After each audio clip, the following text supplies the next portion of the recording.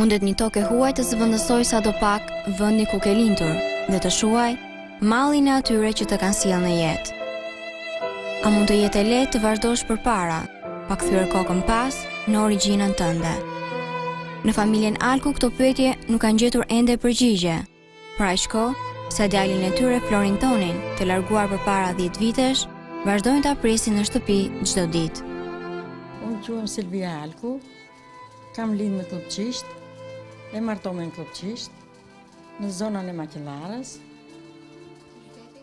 të qytetit të Peshkopis. Unë kam 6 fëmijë, 3 djemë e 3 goca. Goca e madhe quhet Etiena, Florin Toni është i diti, Maksimi është i treti, Elisabeta e 4, Florenci e 5, Erblina e 6. Florin Toni për herë të parë është larguar drejt Italisë në vitin 1998 me skaf.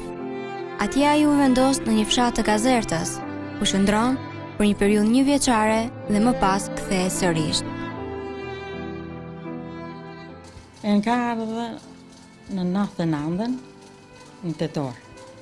Kemi pas një darsëm e në ka ardhur në 99-ën. E në rëndë ditë pastaj iku në me 20 shkop të vitit 2000. Fulqim javë për javë, na merrte në telefon. Njërë na merrte me një telefon të komshisë, pastaj na e pro telefonin vetë nga Italia, bjem numrin e këto, e ne fulqim me telefonin tonë.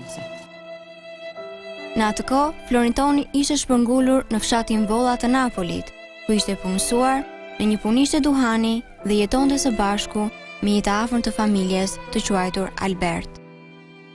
Kontaktet me familjen ishin të rregullta deri në datën 24 gusht të vitit 2002, datë e cila shënon dhe telefonatën e fundit nga ana e tij.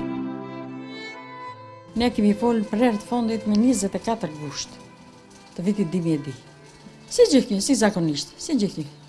Na pëtë si jeni, si ja kaloni. Rrallë ditë Kërkashkov ka qenë me Albert Alkun. Me atë ka qenë bashkë në dhomë ka qenë. Me Albertin valla kemi kërko, nuk na ep asnjë përgjigje. Sipas Albertit, një makinë e tipit Lancia me 3 persona brenda saj e kanë marrë me forcë Florin Tonin dhe pra asaj dite ai nuk u kthye më në shtëpi.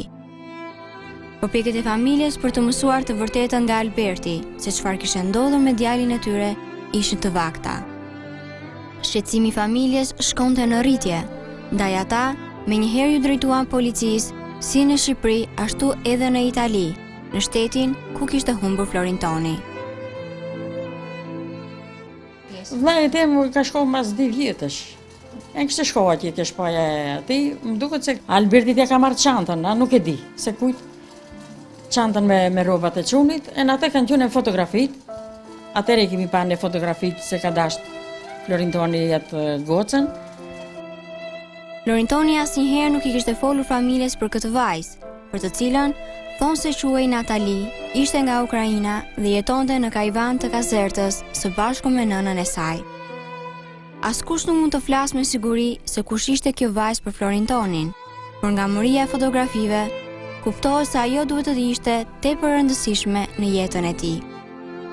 Por se cila ishte ajo arsye që e mbante të fshet ekzistencën e saj, familja nuk e di.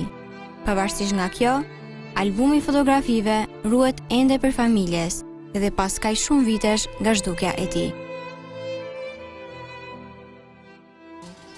Ne nuk du mas një gjo, vetë të jetë gjallë, t'ja dëgjojmë zanin, e në me qënë se është I marto në të shef jetën e vetë. Le të vjen në shtëpi, shpinja kam bërë,